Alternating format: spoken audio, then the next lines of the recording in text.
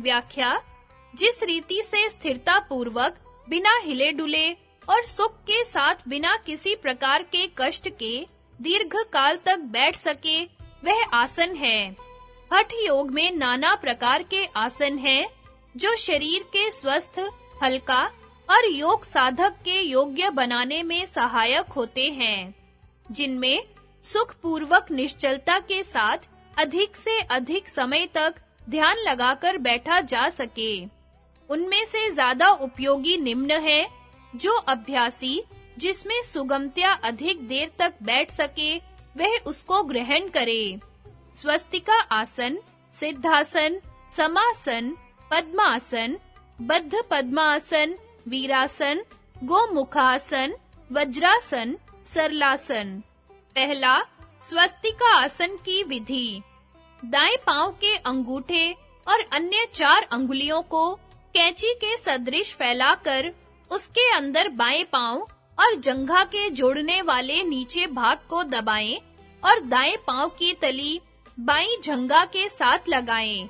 इसी प्रकार बाएं पैर को दाएं पैर के नीचे ले जाकर अंगूठे और अंगुलियों की कैंची में दायां पांव और जंघा के जोड़ वाले नीचे भाग को दबाएं और बाएं पांव की तली दाईं जांघ के साथ लगाएं।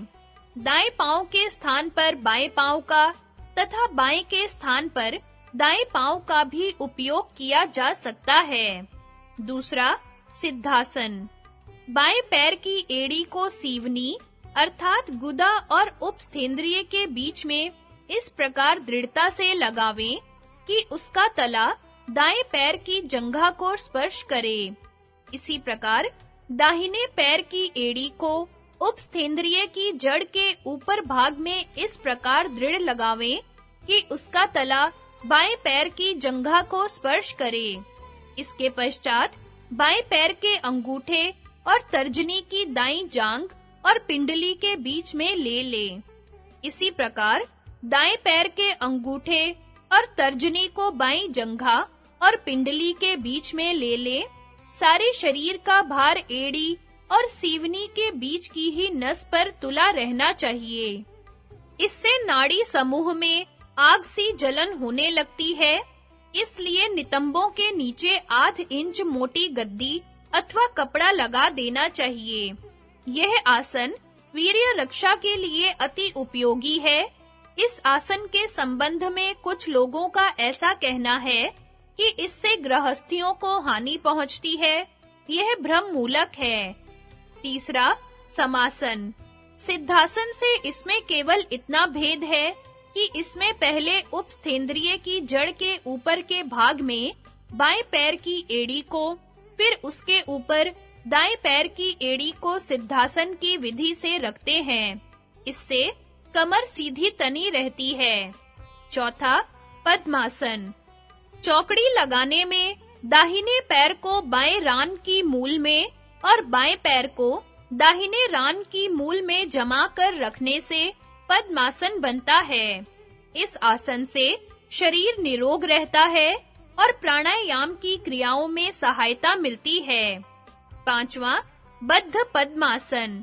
यह पद्मासन सिद्ध होने के पश्चात किया जा सकता है। इसमें दोनों जंघाओं को दोनों पैरों से दबाकर रखना होता है और पैरों के अंगूठे भूमि तल से लगे रहते हैं।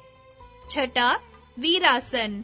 दाहिना पैर बाईं जंघा पर और बाएं पैर को दाहिने जंघा पर रखकर दोनों हाथों को घुटने पर रखें।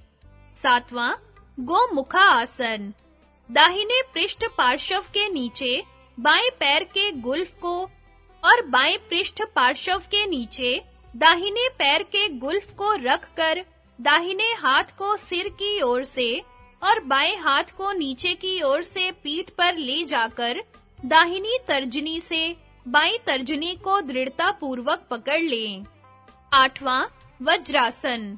दोनों जंघाओं को वज्र के समान करके दोनों पांवों के तलवों को गुदा के दोनों ओर पार्श्व भाग में लगाकर घुटने के बल बैठ जाएं, जिससे कि घुटने से निचले भाग से पांव की अंगुलियों का भाग भूमि को स्पर्श करे। नौवां, सरलासन।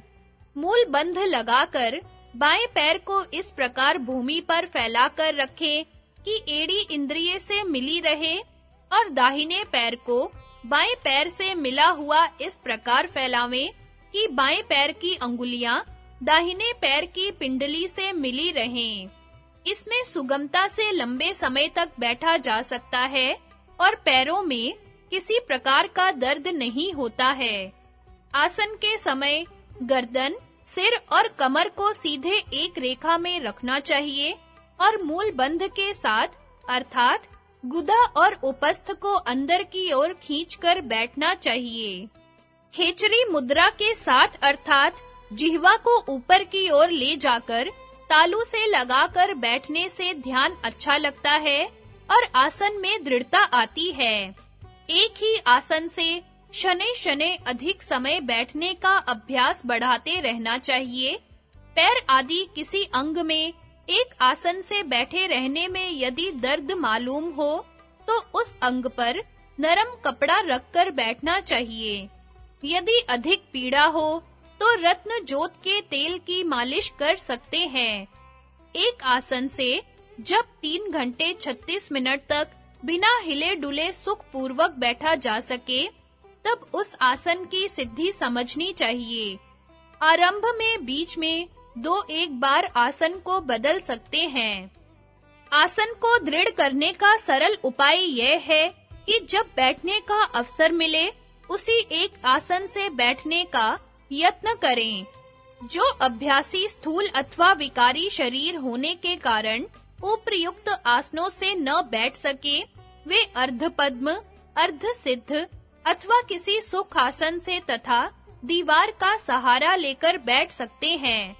पर मेरुदंड को सीधा तथा कमर, गर्दन और सिर को समरेखा में रखना अति आवश्यक है। प्रथम 3 अर्थात स्वस्तिक, सिद्ध और सम आसनों में हाथों को उल्टा करके घुटनों पर रखना अथवा ज्ञान मुद्रा से बैठना लाभदायक है। दोनों हाथों की कलाई को घुटनों पर रखकर तर्जनी अर्थात अंगूठे के पास की अंगुली तथा अंगूठे को एक दूसरे की ओर फेरकर दोनों के सिरे आपस में मिलाने और शेष अंगुलियों को सीधा फैलाकर रखने को ज्ञान मुद्रा कहते हैं। अन्य 3 अर्थात पद्म, बद्ध पद्म तथा वीरासन में दोनों हाथों को उठाकर सीने से लगाए रखना हितकर है। सब आसनों में बायां हाथ एड़ियों के ऊपर सीधा रखकर उसी प्रकार दायां हाथ उसके ऊपर रखकर अथवा जिसमें सुगमता प्रतीत हो उस विधि से हाथों को रखकर बैठ सकते हैं। मुख को पूर्व अथवा उत्तर दिशा की ओर करके बैठना चाहिए। अभ्यास पर बैठने से 3 घंटे पूर्व कुछ न खाएं। बैठने के लिए एक चौकी होनी चाहिए जो न अधिक ऊंची हो और न अधिक नीची हो। चौकी के ऊपर कुशासन, उसके ऊपर उनका आसन, उसके ऊपर रेशम या सूत का वस्त्र होना चाहिए। अहिंसा में निष्ठा रखने वाले अभ्यासियों को किसी प्रकार के चर्म को आसन के रूप में प्रयोग न करना चाहिए। देश काल और परिस्थिति को दृष्टि में रखते हुए किसी-किसी स्मृति में मृग चर्म की व्यवस्था दी गई है, किंतु वर्तमान समय में उत्तम से उत्तम ऊनी आसन सुगमता से प्राप्त हो सकते हैं।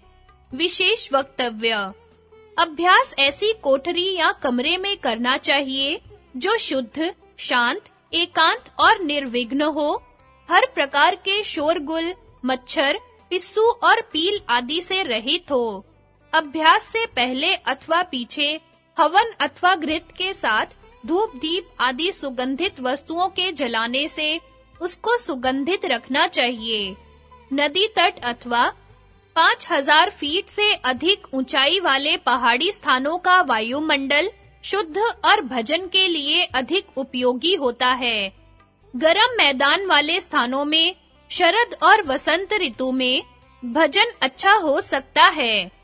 पहाड़ों में अथवा जमीन में खुदी हुई गुफा समाधि लगाने के लिए अति उत्तम है, किंतु उसमें सील किंचन मात्र भी न होने पावे और शुद्ध हो।